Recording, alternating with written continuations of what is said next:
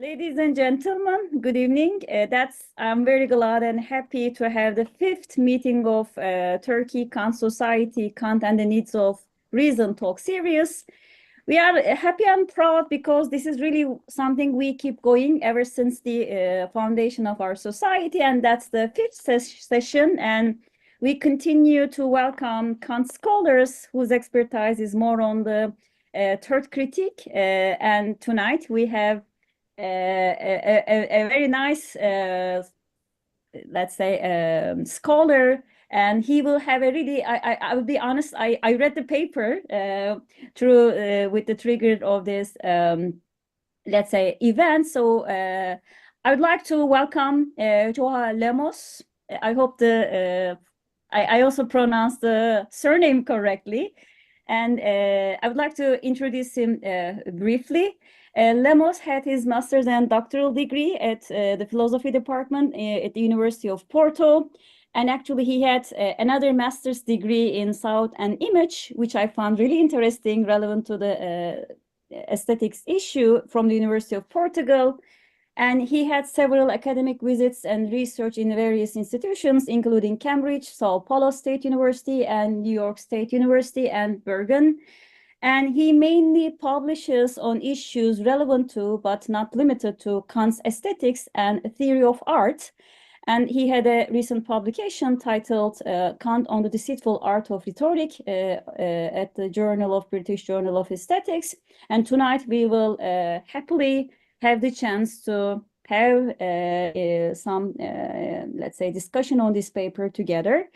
And he has also other articles relevant on the Kant aesthetic, Kant and recent philosophies of art, or Kant Review, Kantian Review, and Kant's aesthetic theory. And he's now, I think, currently working on a paper or another, let's say, forthcoming publication at Aesthetica, the European Journal of Philosophy, that's Kant and Art.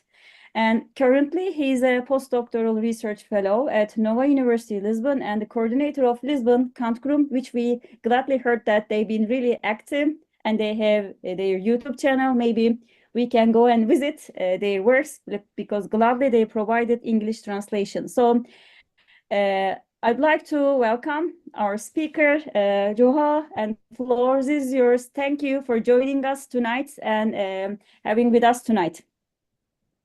Well, thank you, Seniye, for your kind presentation. Thank you all for coming. It's really good to see so many familiar faces and people that I don't know also. It's good to see you all. Let me start by publicly congratulating Seniye for being awarded by the Kant Stiftung for her thesis on moral autonomy and moral health in Kant. Congratulations. Yeah, that's very kind of you. Thank you.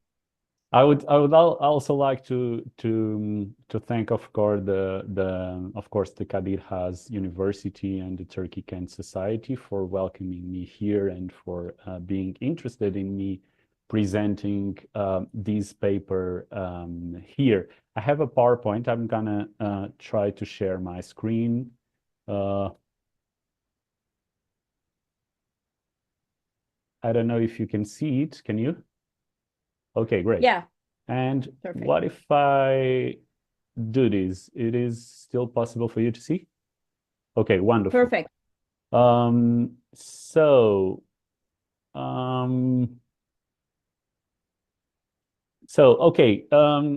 This paper, the title of this paper, actually, this talk, Kant on the Deceitfulness of a Deceitful Art, is more or less a paper that recently or in the meantime has been published in the British Journal of Aesthetics with the title Kant on the Deceitful Art of Rhetoric. I'm gonna present some parts of it, those that I take to be the most interesting or at least original parts of the paper. So the title of the talk is Kant on the Deceitfulness of a Deceitful Art. And which art am I talking about? I'm talking about what in my paper I called, or I call bad rhetoric. I mean, bad rhetoric is not a phrase that appears in Kant's texts, but let's assume, for the purposes of the talk and of the paper, that by bad and good rhetoric, one may loosely understand, respectively, deceitful and not non-deceitful rhetoric. So bad rhetoric means deceitful rhetoric for the purposes of this talk. In doing this, one does not commit to the views that, or to the view that the absence of deceitfulness is a sufficient condition for rhetoric to be good. It is not. Or that deceitfulness is a necessary condition for rhetoric to be bad. Rhetoric can be bad perfectly without being deceitful. But once again, let's assume that bad rhetoric means deceitful rhetoric. Also, what might be the term in Kant's works that this phrase bad rhetoric corresponds to? I would say it's what in section 53 of the third critique Kant mentions as Rednekunst, which has been translated by Geyer and Matthews as the art of the orator, and as far as I remember, by James Creed Meredith as oratory. So Geyer and Matthews' Cambridge edition of Kant's works, and Meredith, the translation of the third critique, the Oxford edition. So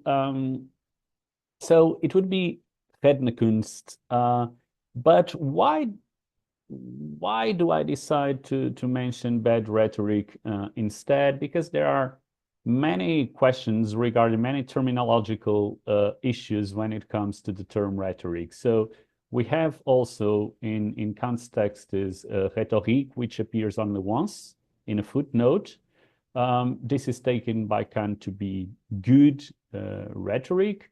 Then we have Rednekunst, which, with a couple of exceptions in Kant's whole corpus, is usually negative and taken to be a deceitful art.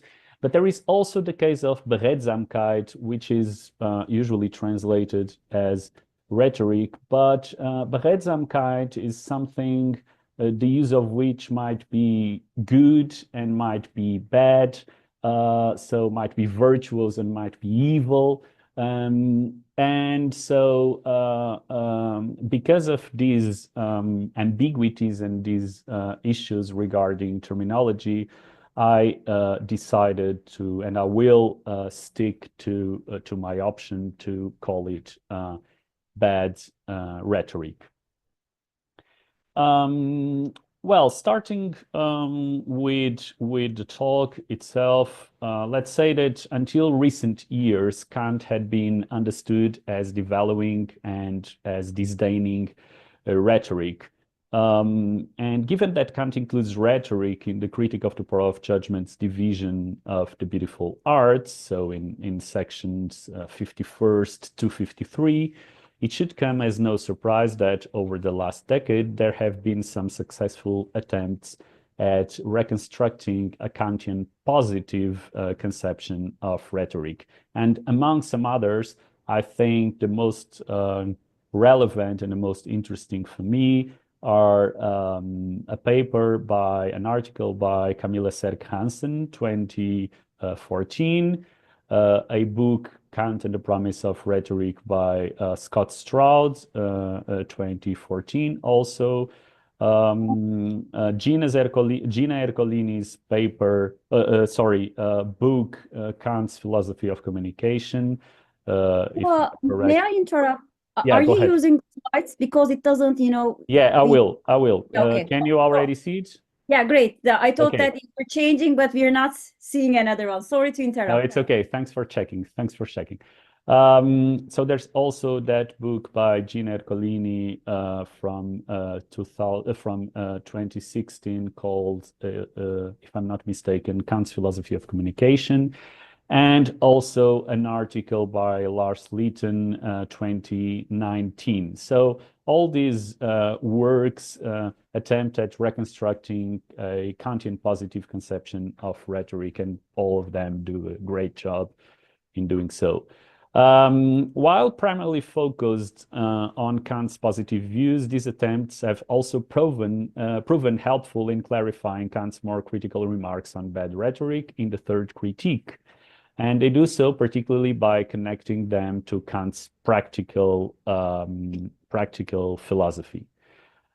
But surprisingly, there is an aspect of Kant's criticism that interpreters tend, in my view, to overlook. And that specific aspect and that important aspect is the deceitfulness of bad rhetoric. And why is this surprising? This is surprising first and foremost because it is crucially as the art of deceiving, die Kunst zu hintergehen, or as a deceitful art, eine hinterlistige Kunst, that bad rhetoric treats human beings merely as a means. So this aspect of bad rhetoric must be analyzed, and this is what I propose to do here. So this is the structure of the talk. First, I give an account of, actually in the paper, I give an account of both what it means for Kant that bad rhetoric deceives and how bad rhetoric deceives in the first place. Additionally, in the second part, I explore significant moral and aesthetic repercussions of bad rhetorics being deceitful. So the article and the talk is structured into part A and part B. I start by reconstructing Kant's technical definition of deception as disagreement between the semblance and the cognition of truth. I go on to argue that bad rhetoric deceives by promising more than it provides, and I show that bad rhetoric deceives technically. This is part A. As for part B, I identify what I take to be a distinctive trait of deception in bad rhetoric. By exploring this trait, I shed light upon Kant's moral criticism of bad rhetoric, and I ultimately suggest Kant's perspective on the appropriate aesthetic response to this art. This is what we are going to do if we have time.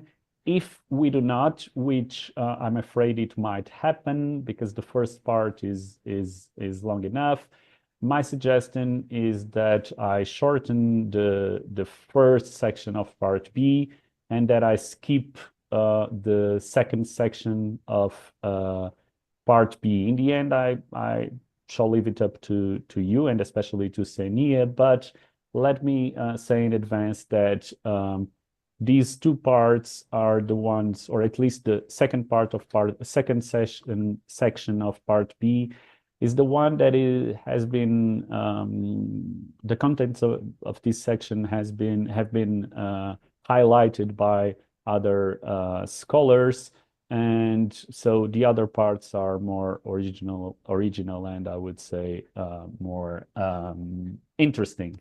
So first things first, let me start with the first section of part A, Kant's technical definition of deception. Given that the critique of the power of judgment does not provide a technical definition of deception, one must resort to texts other than the third critique in order to search for what deception means for Kant. And one finds it, for the most part, in Kant's anthropological works, that is, in the Anthropology from a Pragmatic Point of View, and in the transcripts of Kant's lectures on anthropology by others than Kant. As we know, this usually means by students of Kant. I will focus on the so-called deception of the senses or sense deception, Betrug der Sinne, as I ultimately argued that the way Kant conceives sense deception in his works on anthropology sheds important light upon what it means that bad rhetoric is a deceitful art. So I will somewhat read deception in bad rhetoric in light of so-called sense deception, which is already a risk, but let's take it. Before moving to the way sense deception is treated in these works, in Kant's works on anthropology, it should be noted that in using the adjective phrase so-called, so-called sense deception, what I'm doing is acknowledging Kant's view that deception is not to be blamed on the senses. In the Anthropology Morongovius, for instance, one is told that rather than deceiving, the senses, and I'm quoting, merely appear to deceive us, for they do not judge at all. Therefore, deception with sensation should not be blamed on the senses and is due solely to understanding, to the understanding itself. End of quote. Along these lines, and for these I already have I have the quotation. So along these lines, in the beginning of the transcendental dialectic of the first critique, of the critique of pure reason, I think you cannot see the whole passage, but if I do this, I think that should be okay.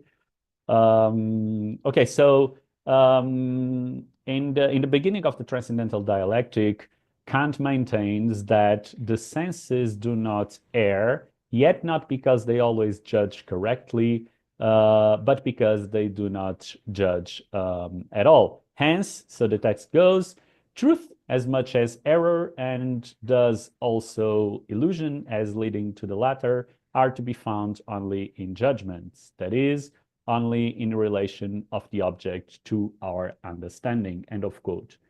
According to Kant, since there is no judgment at all in the senses, then strictly speaking, the senses cannot and do not deceive.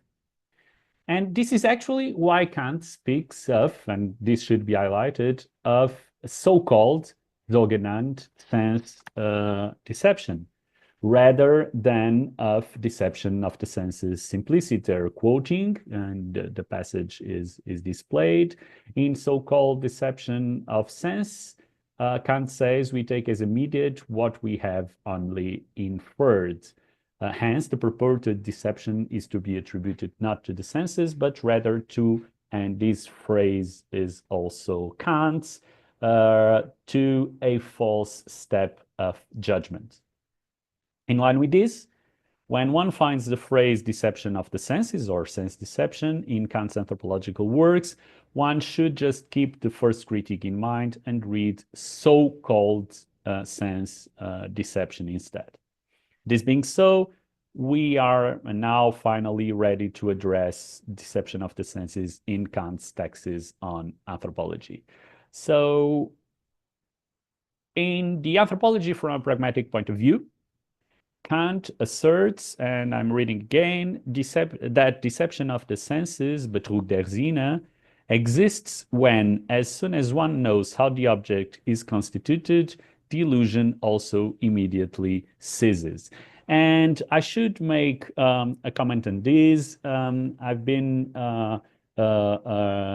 using illusion for shine, but in my view, this is not the best option. Actually, in line 4 of this very same passage, you can see that we have the word in the original illusion, and it's also translated as illusion. My suggestion is that we translate shine as semblance, which is actually what Meredith does in the Oxford edition, the Oxford translation of Kant's Third Critique, for instance, and we also find it in some of Kant's lectures on anthropology. So the general comment is that the corpus of translations of Kant's works into English is anything but consistent when it comes to translating a shine, which most of the translators translate as illusion or semblance. And what I recommend is using the former for illusion and the latter for shine. As we are about to see, we'll see it very, very soon, whether the shine, whether the semblance agrees or does not agree with the cognition of truth, is the touchstone for something to be, according to Kant, either an illusion, an illusion, or a deception, a Betrug. So that said, let's proceed. That the illusion, or rather that the semblance, the shine, ceases as soon as one knows how the object is constituted, is a crucial aspect of deception. Accordingly, in Friedlander, one is told that all semblance is deception as soon as it does not agree with the cognition of truth, and that in deception I know that my judgment does not agree with the cognition of truth, end of quote. That is, as soon as one cognizes the truth about the object, the semblance disappears. Along these lines, in the Anthropology Morongovius, for instance, one finds that, quoting again, a deception is an erroneous judgment in which, as soon as I discover it, all semblance disappears just as quickly. As for illusion, by contrast, one of its distinguishing features is its persisting or remaining nature. This crucial aspect of illusion is also repeatedly highlighted both in the Anthropology and in the transcripts of Kant's lectures by others than Kant. While in the Anthropology from a pragmatic point of view, Kant describes illusion as, and it is displayed as that illusion which persists even though one knows that the supposed object is not real. In Anthropology Morongovius, one is told that, quoting again, if I now find that the judgment is erroneous, but the semblance of its truth still remains, although we are persuaded of the opposite, then that is illusion. What the persisting or the remaining nature of the semblance in the case of illusion shows is that knowing the truth does not preclude one from being under the influence of the semblance. Accordingly, in Friedlander, illusion is described as a semblance that, quoting, can harmonize with the cognition of truth or that indeed agrees with the cognition of truth.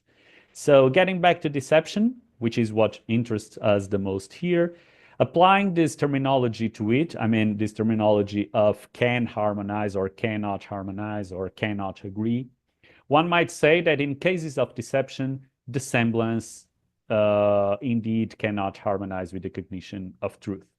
This is just another way of saying that in such cases, the semblance or the judgment for which the semblance is the basis and the cognition of truth do not agree. So cases of deception are those in which the semblance and the cognition of truth cannot harmonize. That is, they do not agree. And my suggestion is that we take this to be Kant's technical definition of deception. It is, before finishing section first of the first part, it is worth noting that in this definition of deception, an intention of deceiving on the part of the deceiver is presupposed. This is indicated by Kant's use of the word Betrug, which is the technical word for deception, and its cognates, which entail that deception is intentional.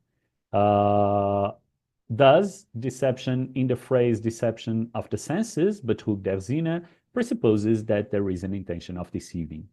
Of course, this would be your question, does this hold true for cases of natural sense deception? And the answer is, of course not, as we cannot know of any intentions on the part of nature, let alone an intention of deceiving. Yet, the examples of sense deception that Kant provides in the Anthropology are cases of artificial sense deception, so it's künstlich.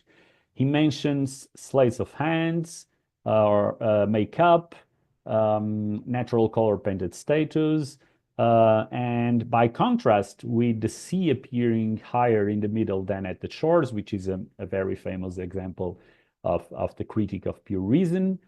The delusions produced by natural color painted statues, makeup, or the tricks of conjuring are artificial, are, as I said, künstlich. As such, they may presuppose an intention of deceiving. Once again, that they do presuppose such intention is indicated by the fact that Kant presents them as cases of Betrug. In these examples, sensory semblances are used by the conjurer with an intention of deceiving. What is more, Kant presents them as examples of deception technically understood as disagreement between the semblance and the cognition of truth. It is in the very same passages that Kant provides these examples. So, taking the case of natural color painted statues, as soon as one knows that the statues are not real human beings nor animals, they do not seem to be so anymore, or at least so Kant thinks.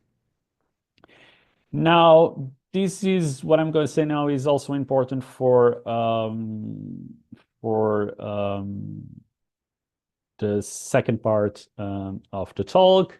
How does the deceiver deceive in cases of artificial sense deception? In artificial sense deception, the deceiver deceives by presenting the semblance as the truth, thus concealing the latter, thus concealing the truth. Consider once again the case of the natural color painted statues.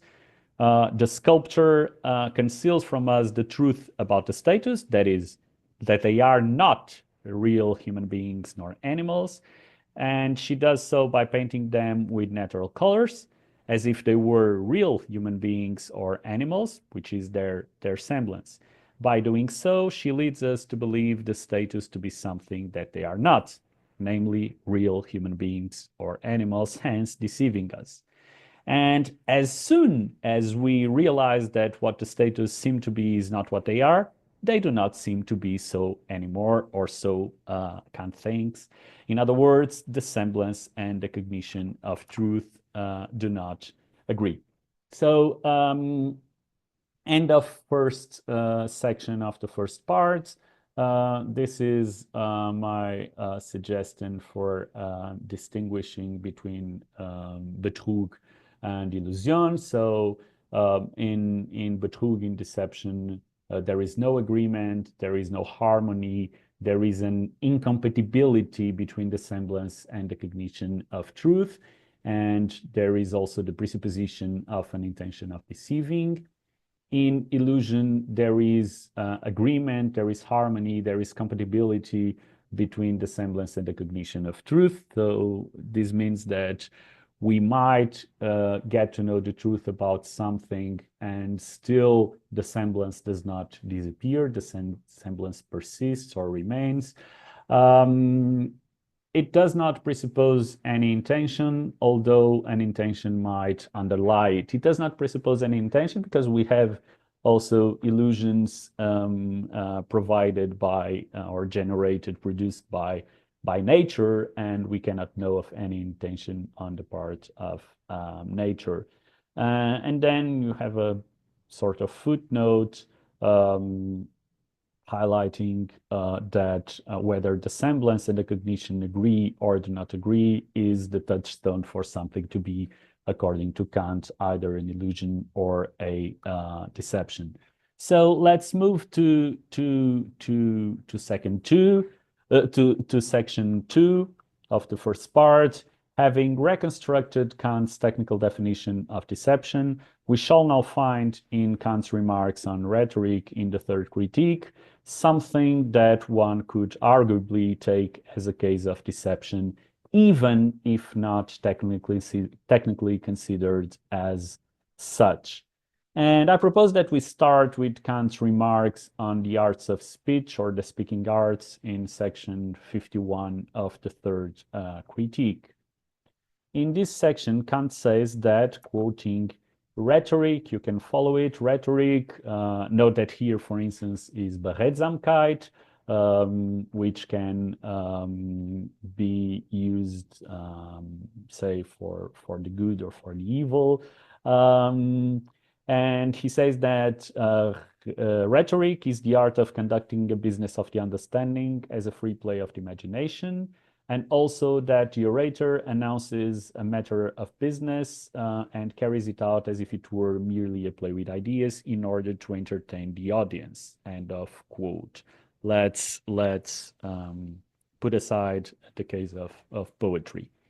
This view about rhetoric is not exclusive to the third critique. He says something similar in the transcripts of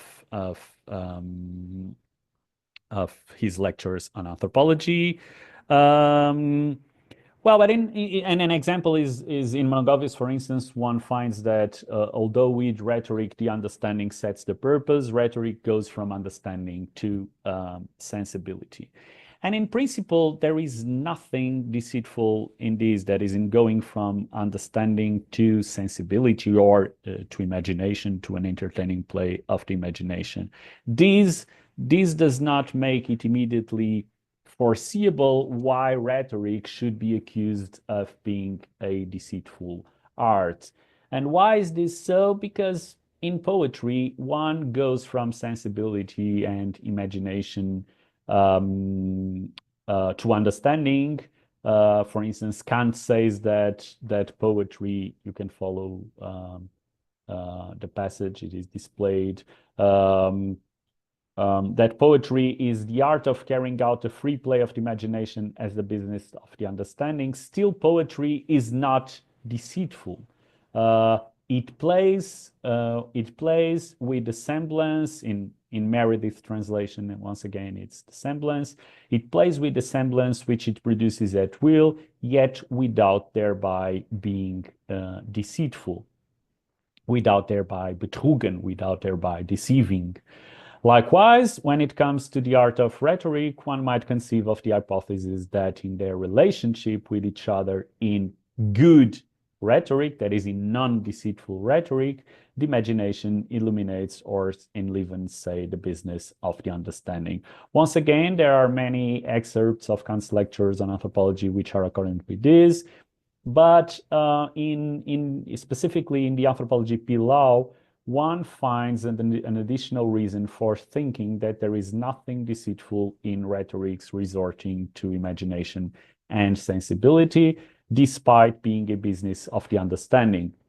In Pilau, not only is one told that in rhetoric, and I'm quoting, the chief end is the understanding insofar as it is educated through sensibility, it is also suggested that the occurrence of a play of sensibility is a conditio sine qua non of an oration. This is the relevant passage. Kant says, or we find, that whoever gives an oration first projects it from the understanding. He adds, here it could still be a logical treatment, but if in addition there occurs a play of sensibility, then only does it become an oration. So this excerpt, I take it, might indeed be taken to imply that in order for something to be an oration, a play of sensibility must take place. This is the case, for instance, of some figurative language. What is crucial for the purposes of this talk, however, comes next in the same passage, is the last part, which I have not read. One is told that this play, that is the play of sensibility, which seems to be a necessary condition of an oration, as we have just seen, this play cannot go any farther than merely enlivening the ideas. End of quote. And yet, I argue, this place going further than merely enlivening the ideas is just what, according to Kant, occurs in the case of bad rhetoric. And let us focus on this now. So, in section 51 of the third critique, Kant says that the orator provides something which he does not promise, namely an entertaining play of the imagination, But, Kant adds, he also takes something away from what he does promise, namely the purposive occupation of the understanding. And this one is not displayed, but I'm going to quote it in section 53, so 2 sections later. Kant implies that bad rhetoric demands that, quoting, the understanding be deceived and embroiled through sensible presentation, end of quote. These passages indeed suggest that in bad rhetoric, the play of sensibility goes too far. The sensible presentation goes so far as to deceive and embroil the understanding. In other words, the entertaining play of the imagination takes the purposive occupation of the understanding away. Were the orator to restrict herself to enlivening the ideas, or say to illuminate the business of the understanding through a free play of the imagination, she might not deceive, embroil, or take anything away. However, she goes further than that, namely to the point of conducting the business of the understanding as a free play of the imagination. And in doing so, she replaces the business by the free play, the understanding by the imagination. Now, what does this replacement mean when it comes to comparing what the orator promises with what she actually provides? It means that the orator provides less than she promises. And this is clearly said by Kant. Indeed, according to Kant, as the orator takes something away from what he does promise, namely the purposive occupation of the understanding, as we've seen, he basically provides less than he promises. Along the same lines, once again, in the Anthropology Monongovios, one is told that if the orator, I'm quoting, leads sensibility astray at the cost of the understanding, he delivers or he provides less than he promised, end of quote. What is more, by maintaining our focus on Kant's anthropological works, we encounter an important insight into the relation between deception on one hand and the comparison between what someone or something promises and what it provides on the other. So the question here is, it's kind of common sense that if someone or something promises more than it provides, we will take that as a case of deception. But in philosophy, some words are not always used, or they do not have the same meanings that we ascribe to them in our daily life. So does Kant think alike? Well, I think so.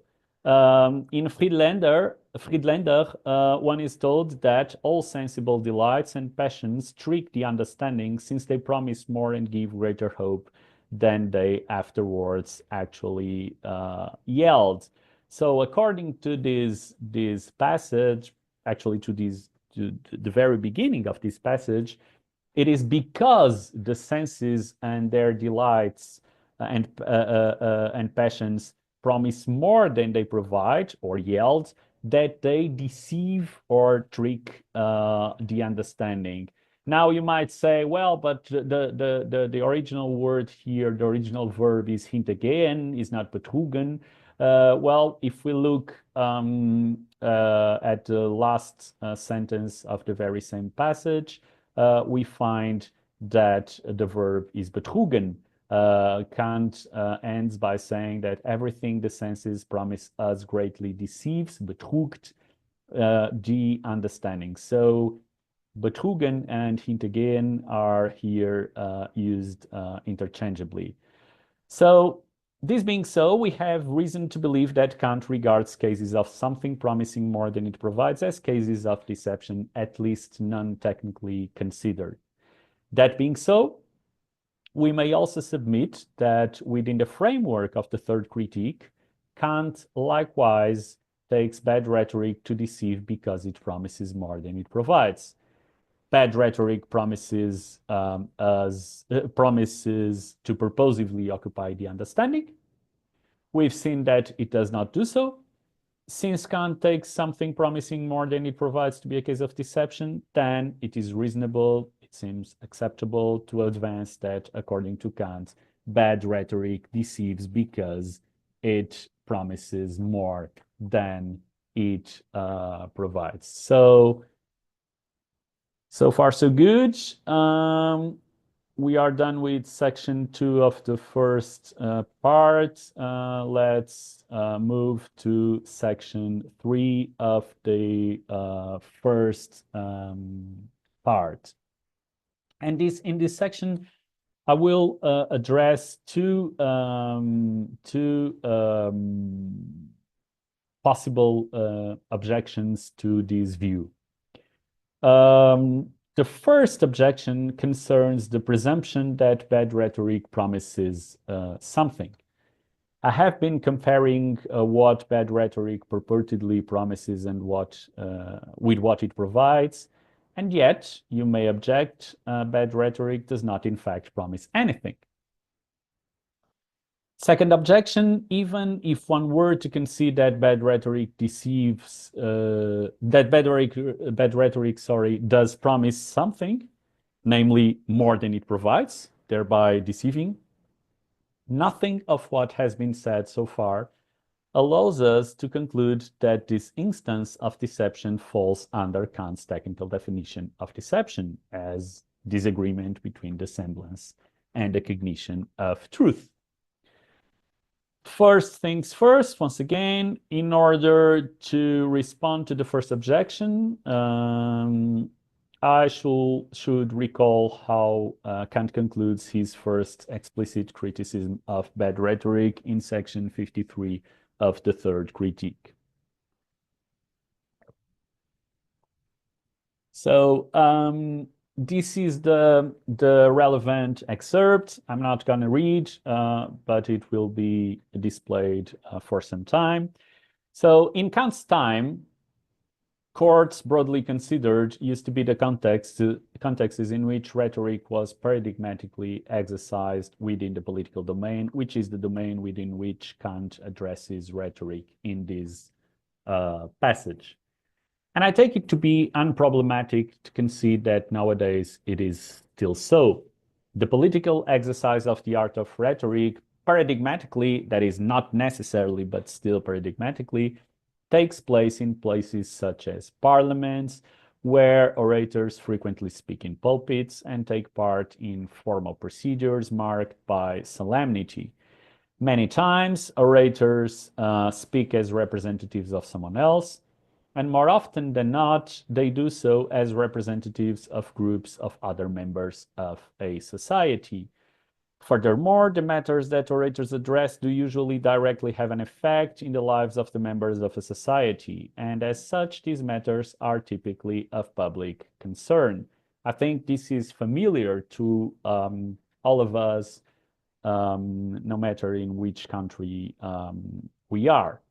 In particularly simple terms, the matters addressed by rhetorical speeches are typically very important ones. Kant mentions, quoting Kant, the dignity of such an important business. Hence, such matters are to be treated by orators with gravity and earnestness in observance of the strictest rules of rationality as well as of the highest ethical standards. Accordingly, as we have seen, Kant describes rhetoric as the art of conducting a business of the understanding, and he adds that the orator announces a matter of business, by contrast with a mere play with imagination. By this, I take it, Kant does not mean so much that orators explicitly announce anything regarding their art or that they explicitly declare what they will conduct.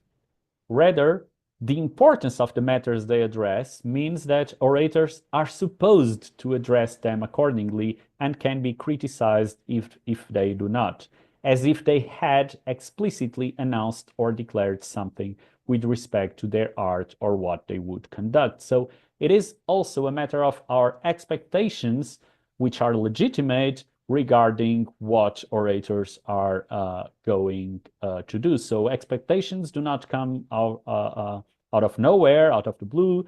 So they play a role, and this is this makes that it is as if orators had explicitly promised something. So although rhetoric might not explicitly say anything about itself, it is as if it did. So rhetoric does, as it were, announce or declare something with respect to its activity. And the same holds true for whether orators do or do not promise anything. As a matter of fact, and I think we are also familiar with this, one might even claim that in many cases orators do explicitly promise something regarding their conduct as orators. They do so every time, for instance, every time they take an oath.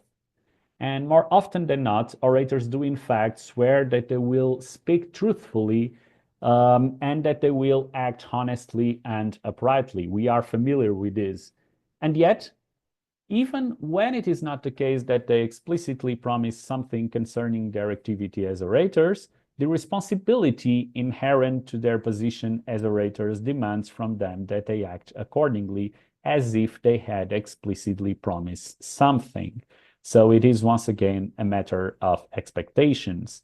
Hence, we may conclude in bad rhetoric, whether explicitly or implicitly, orators do, as it were, make a promise.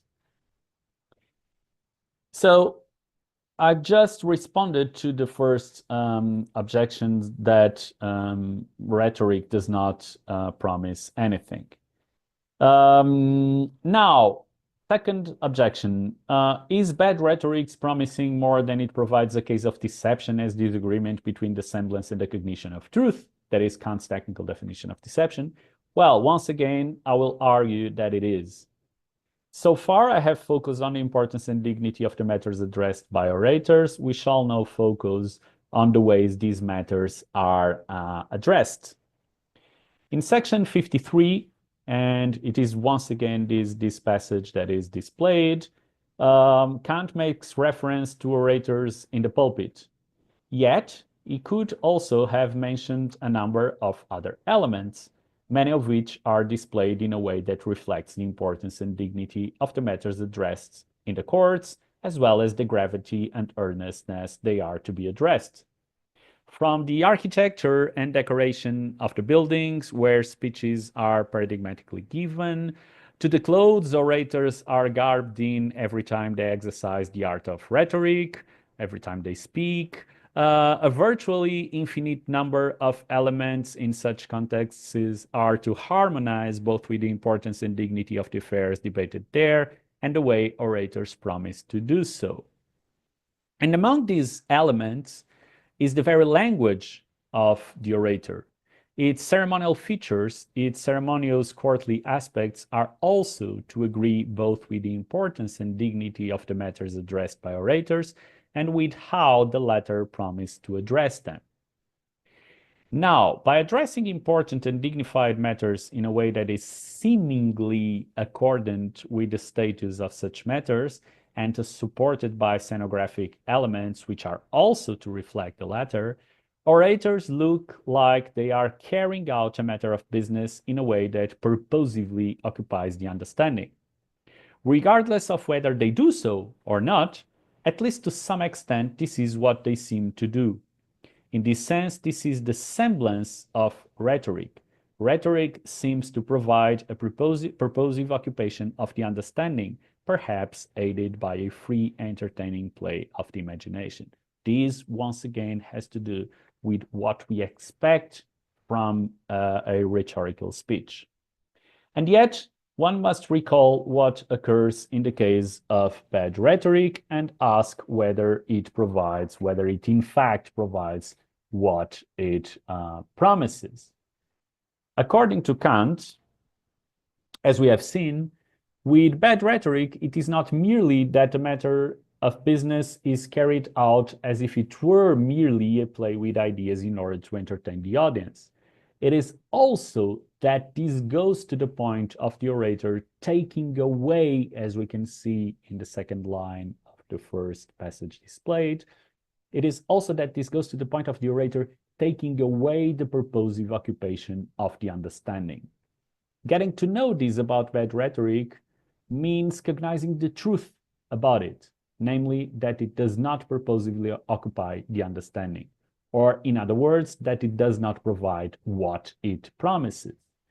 Now, such knowledge about bad rhetoric does not agree with what bad rhetoric seems to be, with its semblance. In other words, when it comes to this art, the semblance and the cognition of truth do not agree.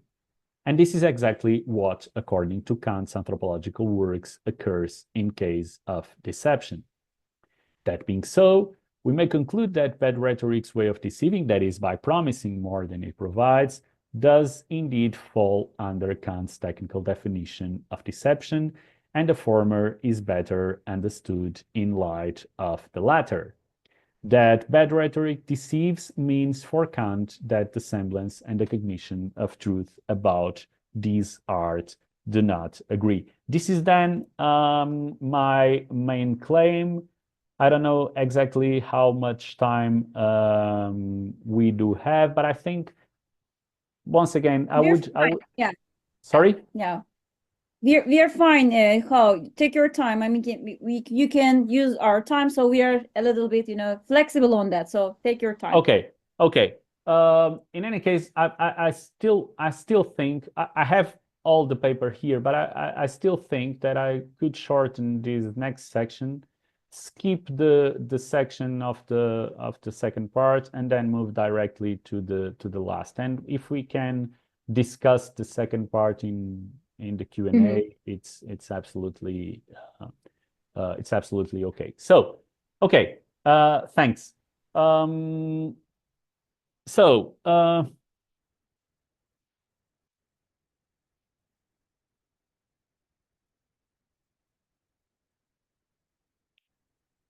Okay, so in the first section,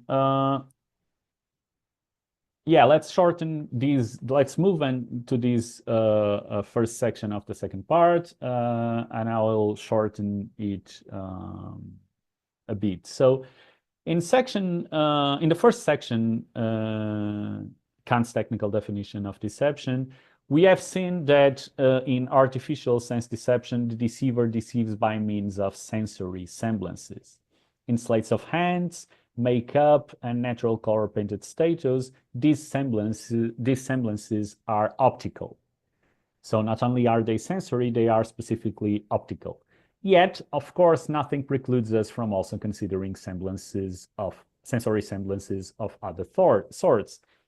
In the third critique's famous example of the imitation of the beautiful song of the nightingale, for instance, the deceiver deceives by means of an auditory semblance. We'll see that passage later in this talk.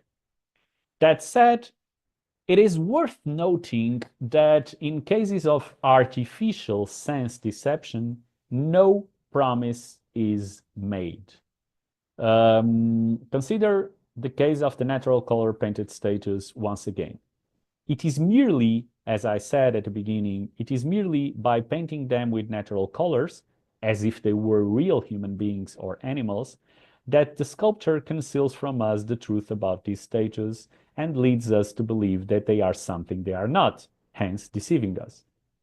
To put it simply, the truth about the natural color-painted statues is that they are not real human beings nor animals, and sculptors conceal this by painting them with natural colors. The case of bad rhetoric is significantly different. Although orators also present the semblance as the truth, they do so by making a promise in the first place, namely by promising to provide a purposive occupation of the understanding, implicitly or explicitly, but at least in some cases implicitly enough, as we've seen.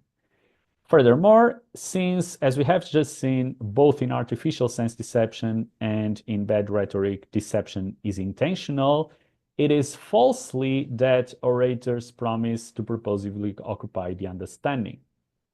Hence, it is not merely that the orators present the semblance as the truth by making a promise. It is also that they do so by making a lying promise in the first place, whether implicitly or explicitly. To put it simply, the truth about bad rhetoric is that it does not purposefully occupy the understanding, and orators conceal this from us by falsely promising that it does. It is by doing so that orators lead us to believe that bad rhetoric is something that it does not, and hence that they deceive us in the first place. That being so, by contrast with artificial sense deception, it is by means of a lying promise that bad rhetoric deceives in the first place. Now, this is, I take it, a distinctive trait of deception in bad rhetoric. And it is worth noting that acknowledging this distinctive trait does not in any way run against reading deception in this art in light of how deception is conceived in Kant's anthropological works. In fact, it corroborates such reading.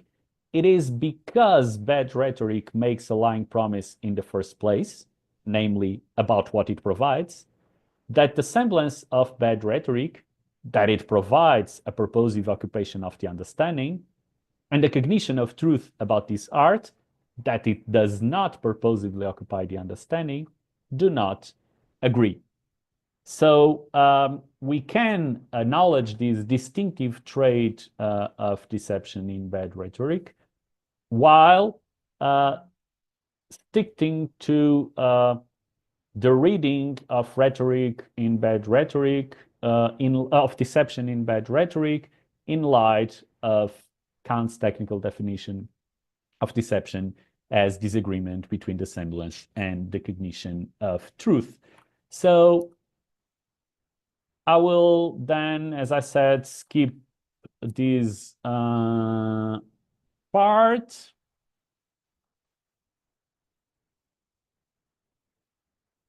And I will move directly to the last part, to a suggestion of what is, according to Kant, what should be, according to Kant, the appropriate aesthetic response to these deceitful arts.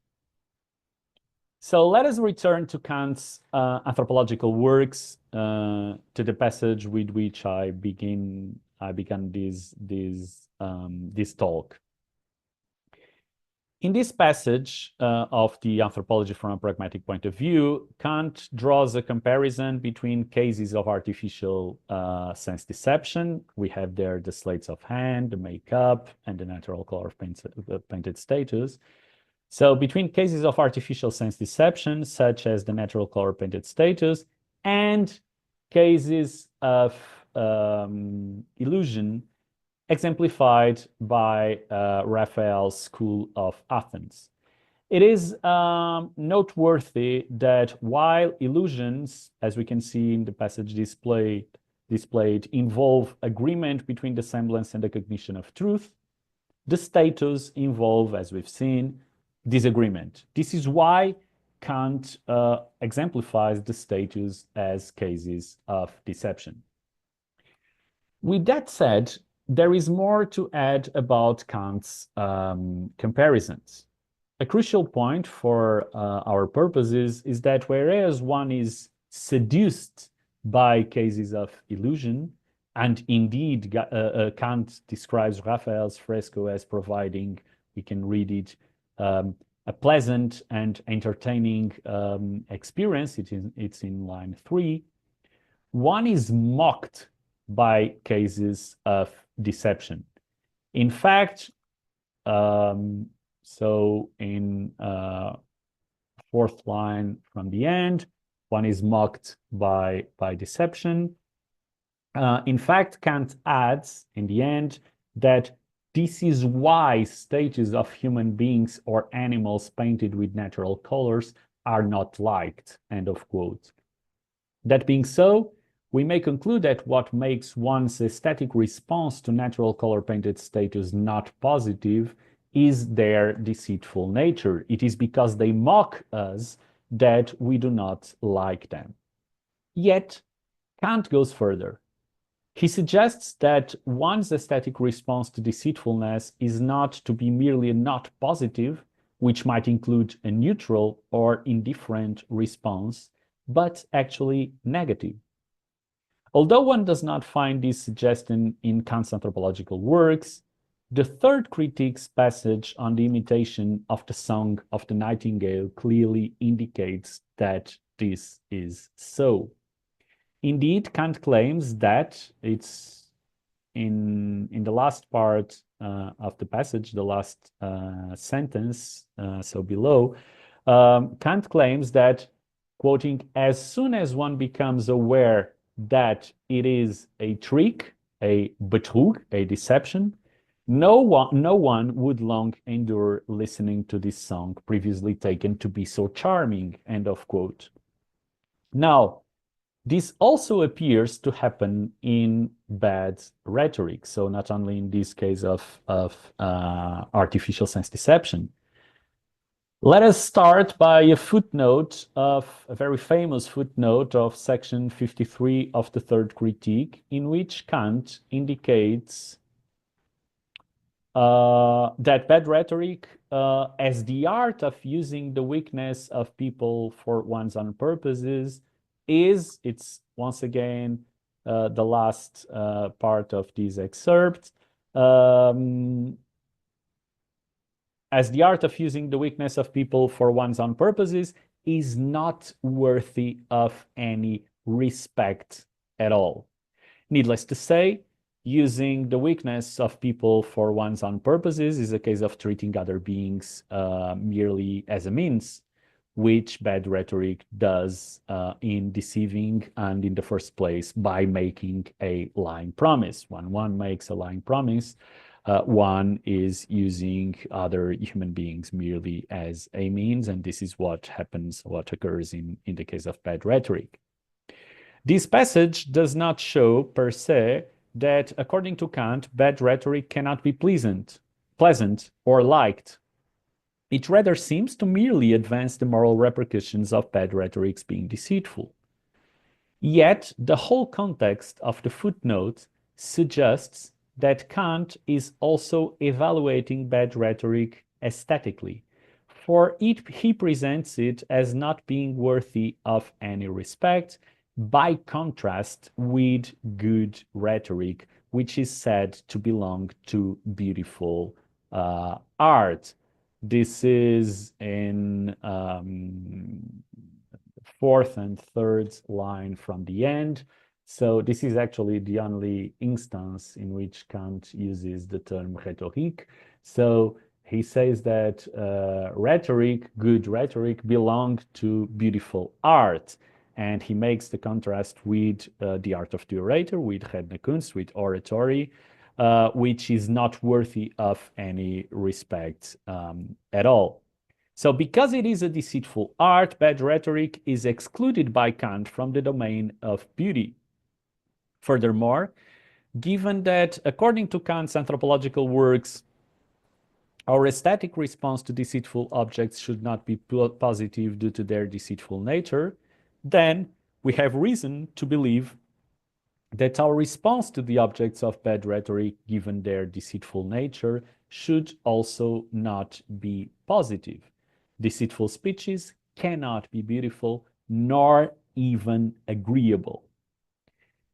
Now, in the beginning of the same footnote, so on the top of this footnote of section 53, not only does Kant confirm that his considerations about bad rhetoric are of an aesthetic sort, regardless of there being also moral remarks or considerations, he makes it clear that insofar as bad rhetoric is deceitful, our aesthetic response to this art should be actually negative.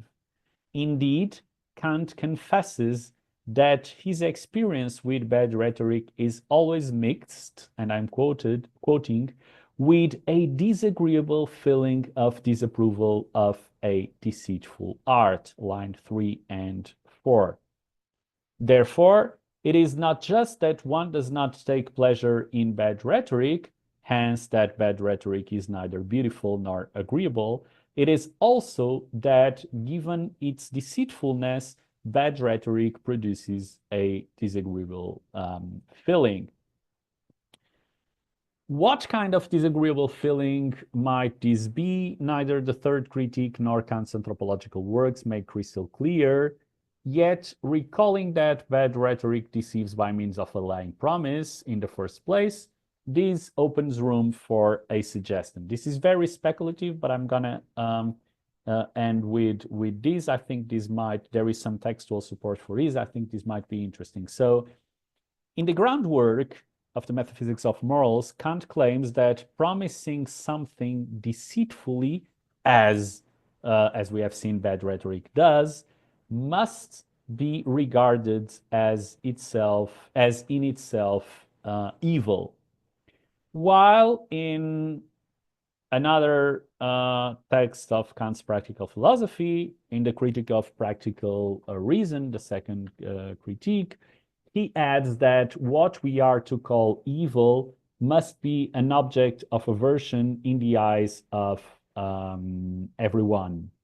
Drawing upon Kant's moral philosophy and relating these passages, what I have identified as a distinctive trait of deception in bad rhetoric, that is, that it deceives by means of a lying promise in the first place, one might suggest that the disagreeable feeling that bad rhetoric produces is aversion.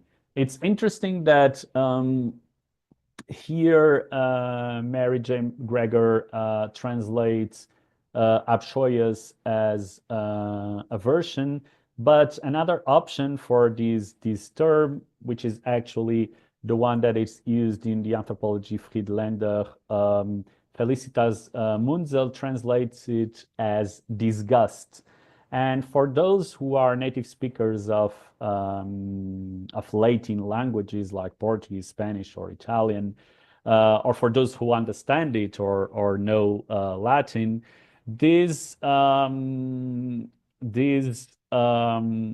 option, disgust, is very helpful, because disgust is the opposite of taste, of the gosto in Portuguese or gusto in Italian. So disgust, aversion, is the opposite of taste, and this is what I would suggest is the aesthetic response to objects of bad rhetoric, to deceitful speeches.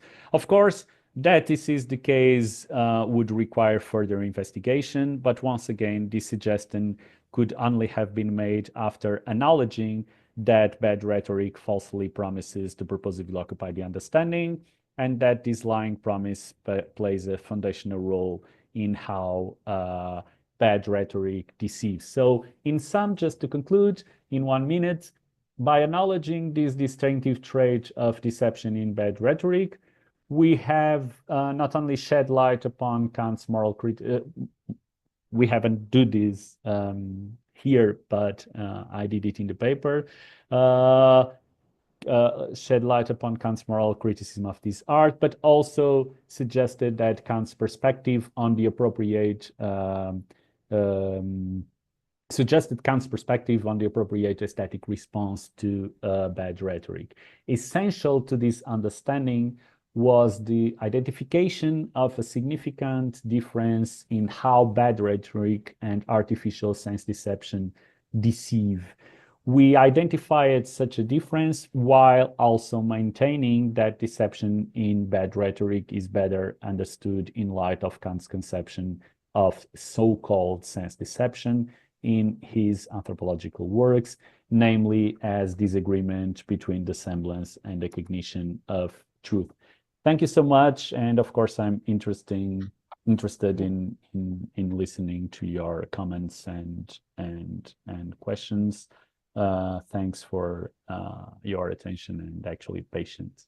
Thank you. Okay, thank you so much. Well, actually, I enjoyed this listening from you as well after reading the paper.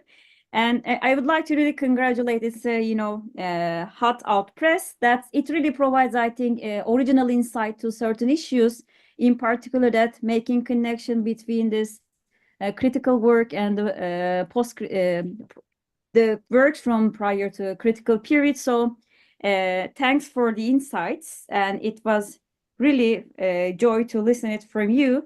And I have kind of couple of questions, but maybe I'd like to leave the floor Could to the you listeners.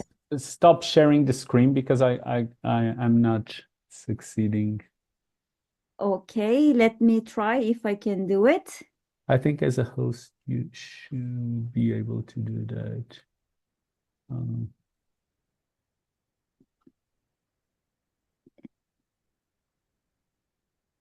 Yeah, Okay, we I can can, see it. Yeah, I can see yeah, it. So because I don't have, I think, the permission to do that. Umut didn't let me to do it. But while we're both trying to do that, I can invite the questions. I first saw, I think, Özlem's hand. Özlem hocam, can you hear me? Yes, I can. And Yeah. you? Yeah. Sorry. Yeah, my connection is not stable and I'm currently unable to join with the camera. And I apologize for this. I think you delivered a very enlightened talk. Thank you for this, especially regarding the moral and political implications you drew about the improper use of rhetoric, if I understood well. And my first question concerns whether we can reconcile the conclusions you derived from Kant with Aristotle's definition of the two types of rhetoric usage. And my second question is more specific and relates to the position of certain passages in Kant's anthropology, which we may consider within the debate on sensibility between Kant and counter-enlightenment thinkers like Hamann and Herder. It seems to me that in the section on the apology for sensibility in his anthropology, Kant attempts to clarify the relationship between sensibility and the faculty of understanding by situating in its relation to the representations. And I think he seeks to rescue sensibility both from the autocratic approach of Cartesian metaphysics and the anarchism of empiricists and the subjective and lawless usage of poets. For example, in his anthropology, I'm sorry, I don't remember the sources of the passage from Pillow, Friedlander, or Morangovis, but it was from the Cambridge edition of Anthropology from Loden translation. I think the passage number was 8 or 7. I think it was 8. Apology for Sensibility, the name of the passage. And the passage contrasts the widespread admiration for understanding, often celebrated as the higher cognitive faculty, with the negative perception of sensibility. Understanding is universally respected, making its praise seem redundant. In contrast, sensibility is criticized for example, confusing the power of representation and acting autocratically when it should serve understanding, and being deceptive and requiring careful attention. However, sensibility has its defenders, especially among poets and aesthetics who emphasize its role in enriching concepts, for example, enchanging the clarity of ideas or invigorating the language, etc. And they argue against over-analyzing concepts, suggesting that such an approach diminishes understanding and instead highlight the essential contributions of sensibility to creativity and expression.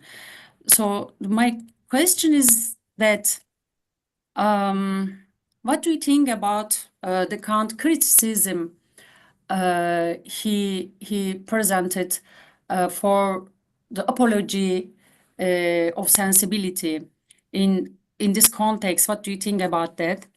And specifically, I would like to take your opinion about this passage. Maybe And we can stop here and yeah. Thank you. thank you so Sorry. much. Yeah, sorry. I haven't the book for right now, and I can't give the specific information, but I think you already know it, and so yeah. Thank you. Thank you, Özlem. Well, thank you for your question. Yeah, I would have to focus on those very specific passages, which I cannot do now. But in any case, I think that there are many hints that you already suggested when you commented on what poets do.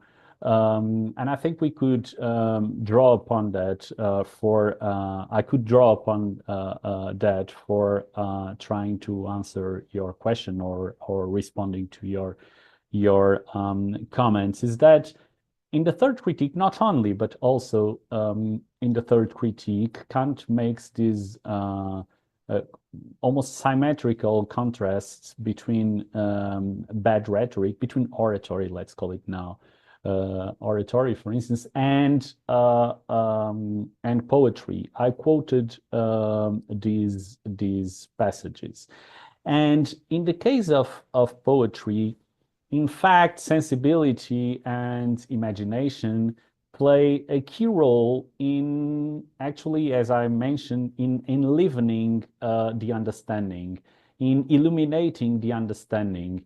In other passages, Kant goes further as to say in educating the understanding.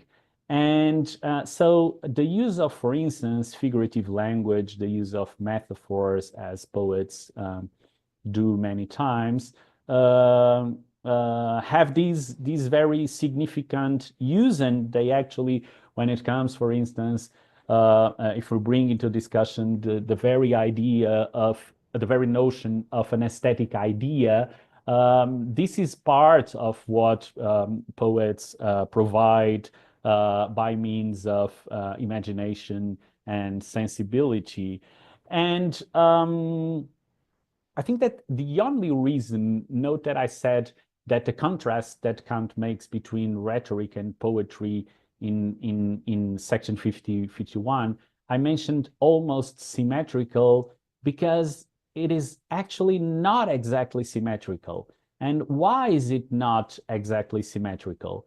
Because Kant says that, okay, rhetoric goes from the understanding to imagination, while poetry does the opposite. But in doing so, rhetoric, or at least bad rhetoric, takes something away and takes the purposive occupation of the understanding away, while poetry never does so. Poets cannot deceive. This sentence is by Kant, or at least is in one of the lectures. Orators can deceive, poets cannot. And so in the case of poetry, the imagination and sensibility play a key role, but still they do not replace the understanding. For instance, quoting by heart, more or less, a passage in one of the lectures, Kant speaks of providing nourishment. Poetry provides nourishment to the understanding in play. So the play is not replaced by the understanding, or the sensibility and imagination are not replaced by the understanding, while in the case of bad rhetoric, they are. Now in another passage, Kant mentions that doing this, providing nourishment to the understanding in play, happens only with good poets, which might give us a suggestion that, well, perhaps bad poets make a replacement, but actually they do not, because Kant says that they cannot deceive. I don't know if it was helpful. I'm aware that I did not comment on each and every aspect of your comment, but this is what I would like to say. Thanks. Thank you so much. Thank you. And how about Aristotle? The first question about Aristotle, maybe, yeah. Just if you have, yeah.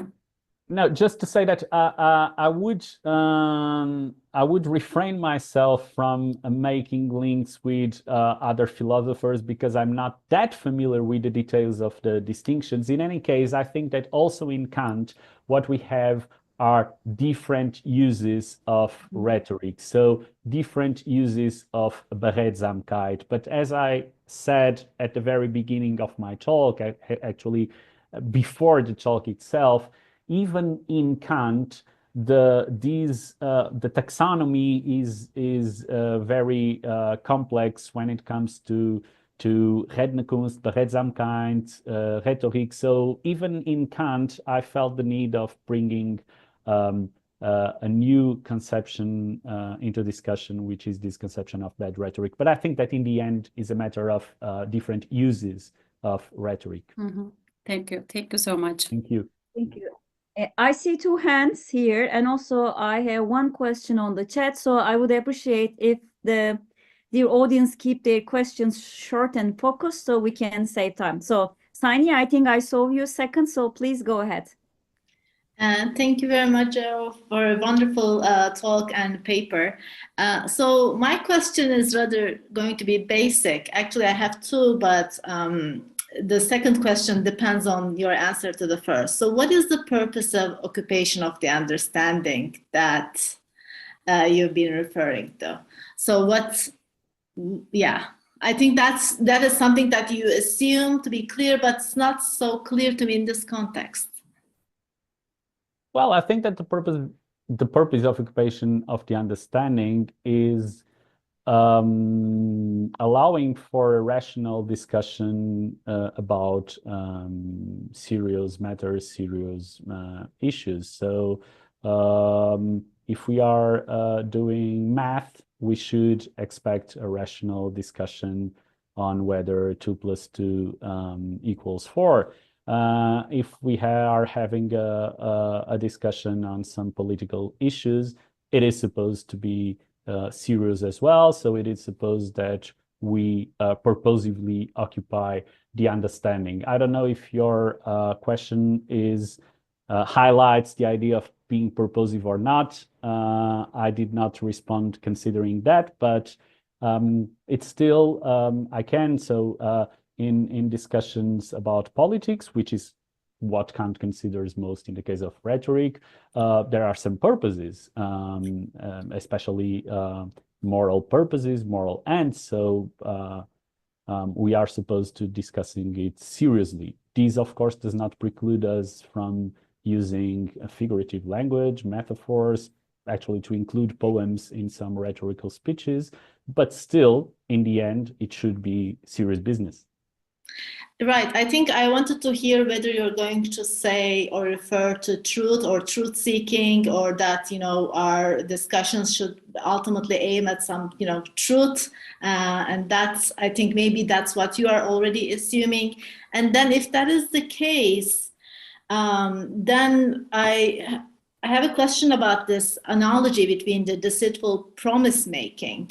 Because when someone makes a promise deceitfully, one intentionally, knows the truth and then intentionally distorts it and wants others to believe the falsehood. But in the case of the orator might actually have, you're right, have a selfish, self-interested motivation for us to believe in him or her.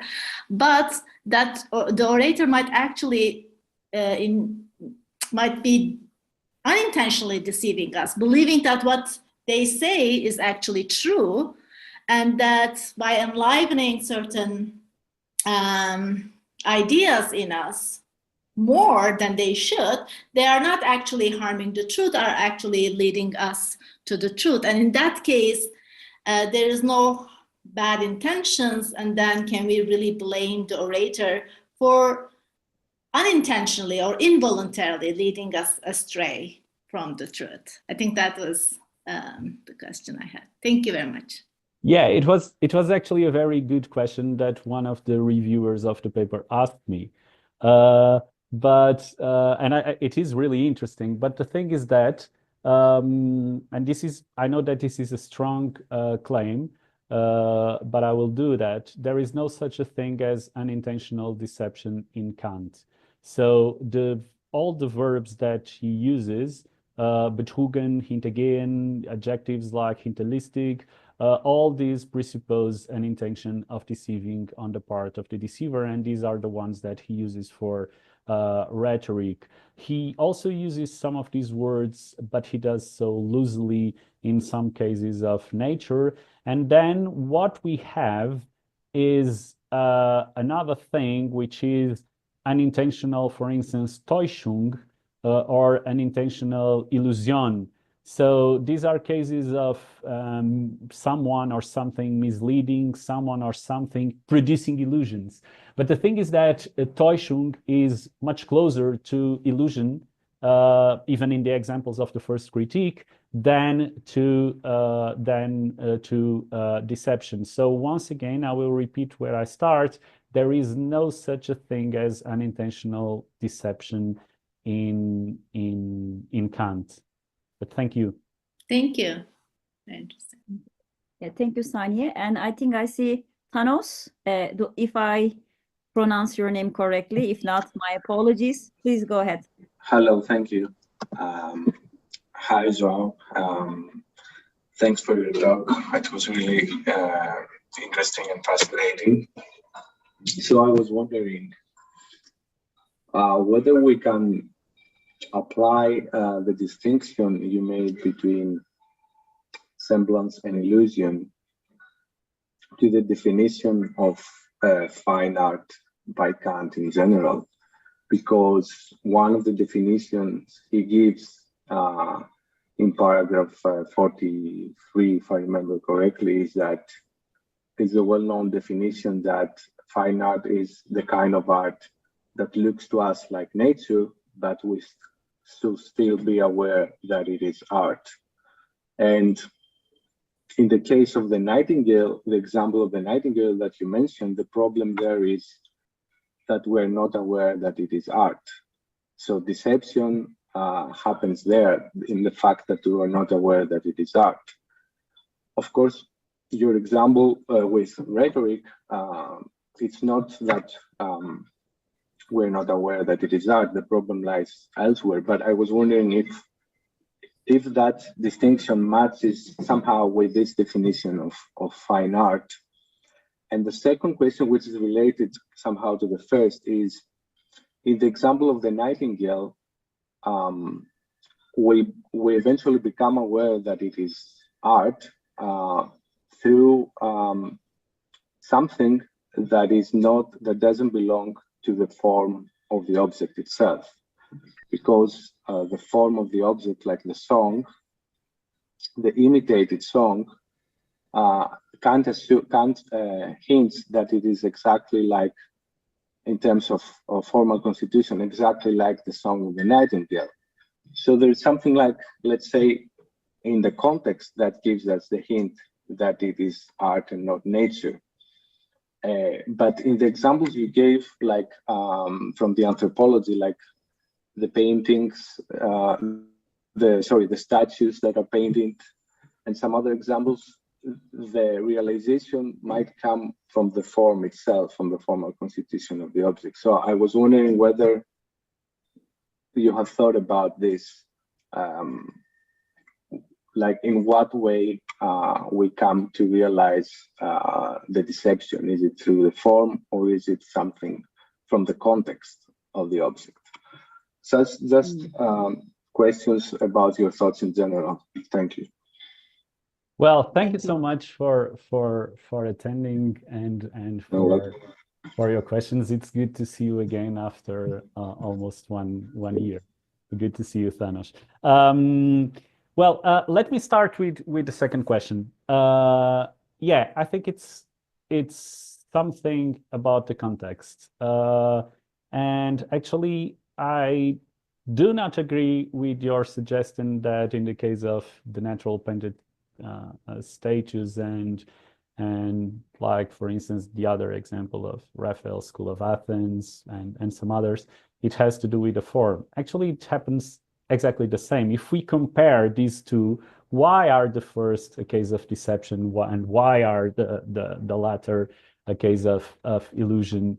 The only explanation that Kant provides is that in the former case, there is no agreement between the semblance and the cognition of truth, and that in the latter, there is. But it does not clarify what is the ground for us or the criterion for deciding on this. So I think that the only explanation is that in the former case, there is no intention of deceiving, and in the latter, that is. And of course, this has to do with how things are presented to us, are introduced to us.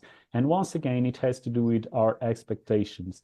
If I am in a context in which I am supposed to provide a play, you expect me to provide a play. So I'm not promising anything that I will not give you in the end, in the case of, for instance, Raphael's School of Athens. So there is a possible agreement. But imagine, I don't know about the case of natural color painted statues. I mentioned the sculpture, but this has to do with, once again, it's not exactly sculptures, it's more statues. And statues are made to pay a tribute to someone. So this has to do with serious business. I'm not entirely aware of contextual issues here, but it sounds plausible to expect statues to be a case of serious business. And in the end, according to Kant, those statues are painted with the intention of deceiving us. So, but once again, I agree with your general point that it's not about the form, it's about the context, definitely. As for your first question, I cannot but just agree. I absolutely agree with your idea. I think that what fine art provides are actually cases of illusion rather than of deception. And the exception that we find to this in the third critique is precisely the case of the Redne Kunst.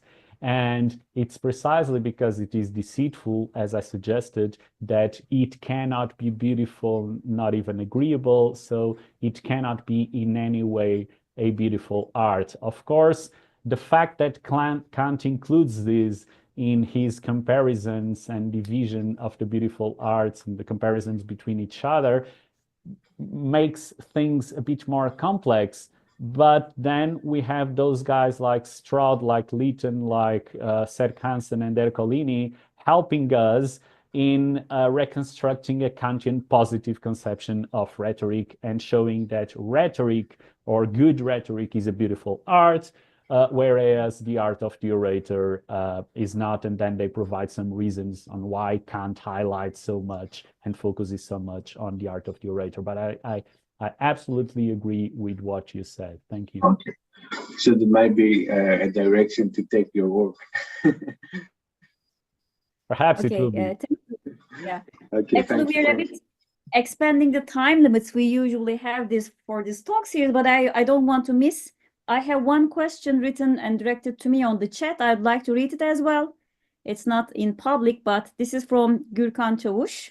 That's a broader question, actually. He says that his question is that, according to your point of view, does bad and good rhetoric discussion have a function, or may it play a role in bridging the gap between Kantian aesthetics and ethics, if bad rhetoric also has an ethical connotation, as you implied, considering the primary function of the third critic among all the critics? So does this distinction between good and bad rhetoric for you can have a function in the broader view that, you know, the third critic plays a bridging role between aesthetics and ethics, because because your third part, I think, implied such a connection. So what would you like to say?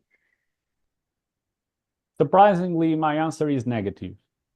So, I mean, I think that this is what we have about when it comes to moral issues, what we have about bad rhetoric in the third critique is nothing else than an application of what is said in Kant's practical philosophy to a specific art. So it uses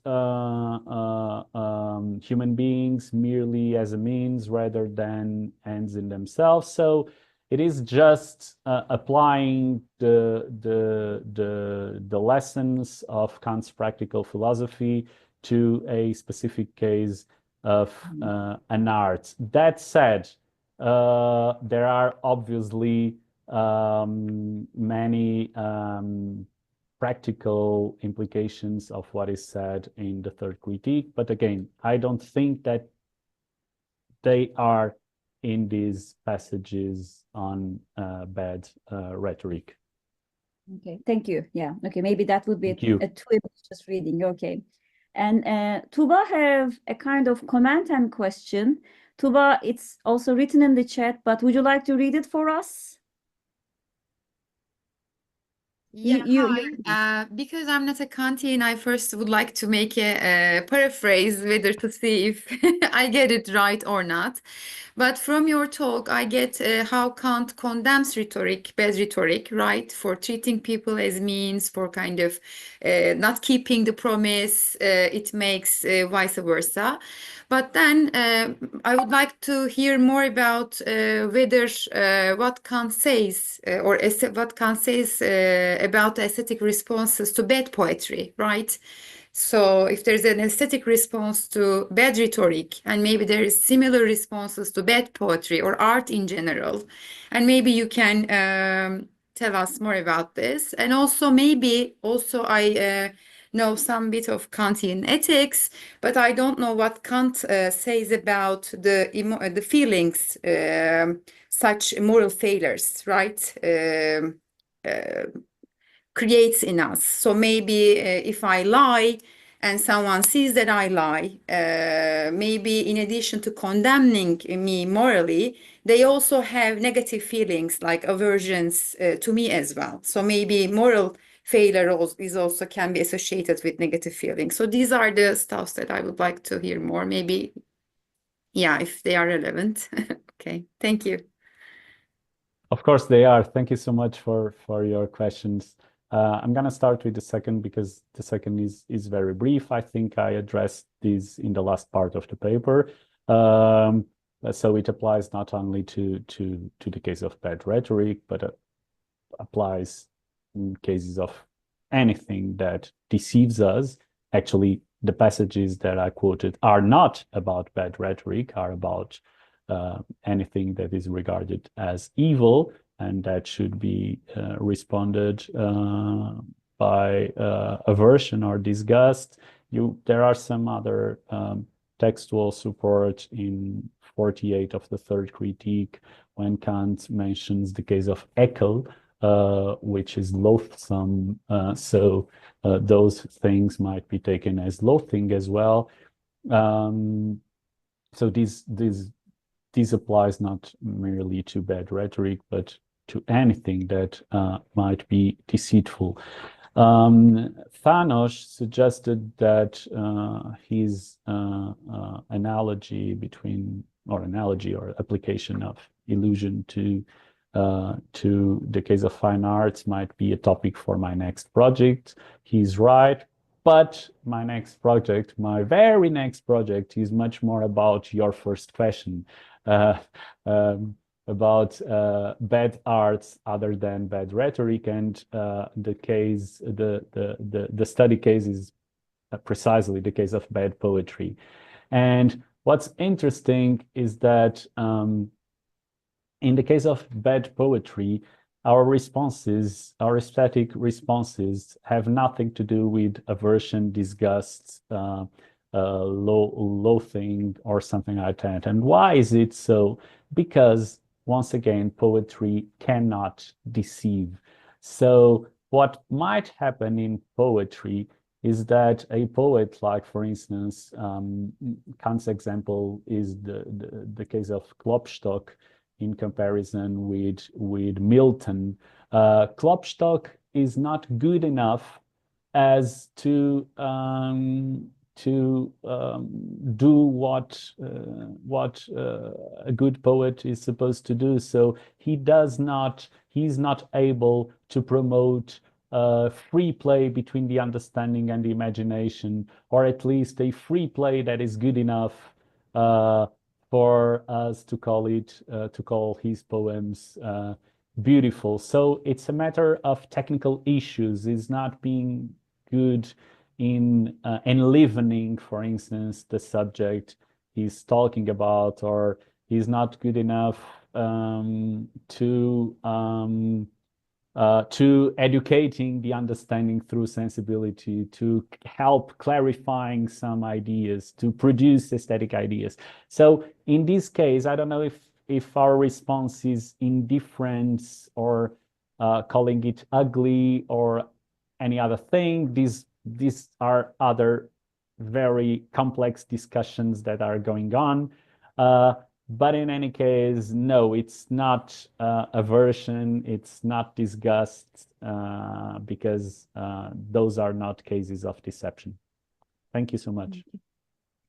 Thank you so much for all the attendees and for the question. Actually, my kind of question was in the same line of Saniye's question. I will just make a little follow-up, not to take everybody's patience too much, but you said that the expectation of the understanding guiding role here is that there is this rational discussion, right? Some expectation of something that will have rational content and some sort of truth value involved, not mere play of imagination. That's what the good rhetoric is supposed to provide us. So is it the same thing that when you use that there's a promise that is not fulfilled when we have bad rhetoric? That is the promise of you will do this, but you provide less than what you promised. So is it the same thing that what is promised is because that was the first possible objection you responded, and in this part you rather talked about the contexts of rhetoric, that is, it is solemn, it is in the parliaments, this and that, but is it what we expected in this context is that the rational discourse that is not fulfilled, that is failed to be, appear as it's promised? Is it the same that the role of the understanding and the failed promise here we have in the bad rhetoric? Are they the same thing? I'm not entirely sure if I understood your question perfectly. In any case, I think my answer is yes. So it's always, for any case in which rhetoric plays a role, it's always a question of the context of what we are expecting. So we expect rhetoric to be serious business because there is a whole context that suggests that we expect that to happen. So from, once again, the clothes orators are garbed in, to the very topic of their discussions, to the fact that they are working as representatives of someone else, to the fact that they are dealing with issues that make a difference in the lives of any citizen. This makes us, to the fact that they speak in pulpits and with some solemnity, of course, this invites us to expect they not to deceive us in any way. Now you might ask two additional questions. One is, how about those guys who apparently do not dress in in the way they should. Well, perhaps there is no contradiction in that. They are just telling you that we might address a serious business, serious issues with solemnity and with earnestness while dressing more casually, which is perfectly okay. So the message is, it is not about dressing.